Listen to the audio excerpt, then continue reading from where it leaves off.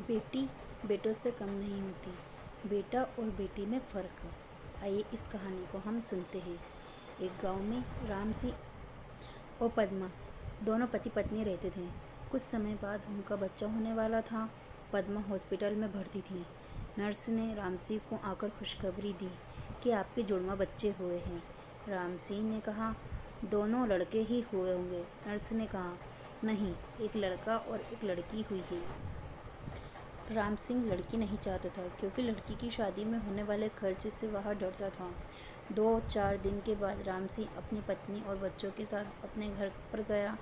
वहाँ ज़्यादातर लड़के को ही खिलाता था। पद्मा को यह पसंद नहीं था। एक दिन राम सिंह अपनी पत्नी से बोला कि हम दो बच्चों का खर्च नहीं उठा सकते। हमारी आर्थिक स्थिति अच्छी नहीं है। इसके अलावा लड़की की शादी में होने वाले खर्चे को भी हम नहीं उठा सकते। इसलिए हम लड़की को मेरे मित्र को सौंप देते हैं जिसकी कोई संतान नहीं है।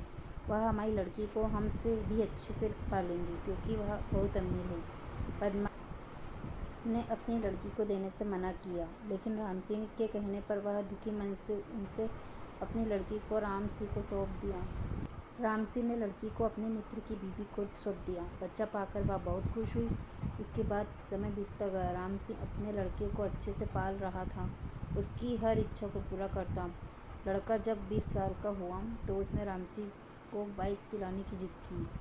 राम सिंह ने अपनी बीवी के गहने बेचकर उसको बाइक दिला दी। कुछ समय बाद उसने अपने लड़के के लिए खेत बेचकर एक दुकान खुलवा दी जिससे वह कुछ कमाने लग गया।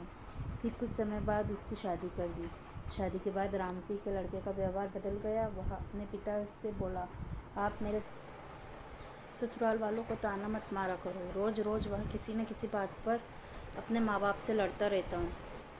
फिर क्या हुआ, एक दिन उन्होंने राम सिंह और पद्मा दोनों को घर से निकाल दिया। बहुत समझाने पर भी वह नहीं माना। राम सिंह और उसकी पत्नी एक मंदिर में गए। वहाँ पर पहुँचकर पद्मा ने राम सिंह को कहा, चलो हम मंदिर का प्रसाद खा लेते हैं। जब पद्मा प्रसाद ले रही थी तो वहाँ राम सिंह के मित्र और उसकी पत्नी आ पहुँचे। उसने राम सिंह को पहचान लिया और उसने, आपने इसको पहचाना है? ये वही है जिसे 25 साल पहले आपने इसे हमें सौंप दिया था। यह आज एक डॉक्टर है और वृद्धाश्रम भी चलाती है। राम सिंह और पद्मा अपनी बेटी से मिलकर बहुत खुश हुए। उन्हें अपनी सारी बात अपनी बेटी को बताई। इसके बाद वह बोली कि अब आप दोनों मेरे साथ ही रहेंगे। अब आपको पता चला बेटा मायने रखता है या बेटी मायने रखती है। इस कहानी से हमें यह सीख मिलती है कि हमें कभी भी लड़के और लड़की में भेदभाव नहीं करना चाहिए। हमें सिर्फ उनको अच्छे संस्कार देना चाहिए जिससे कि बेटा और बेटी दोनों ही हमारी कदर करें।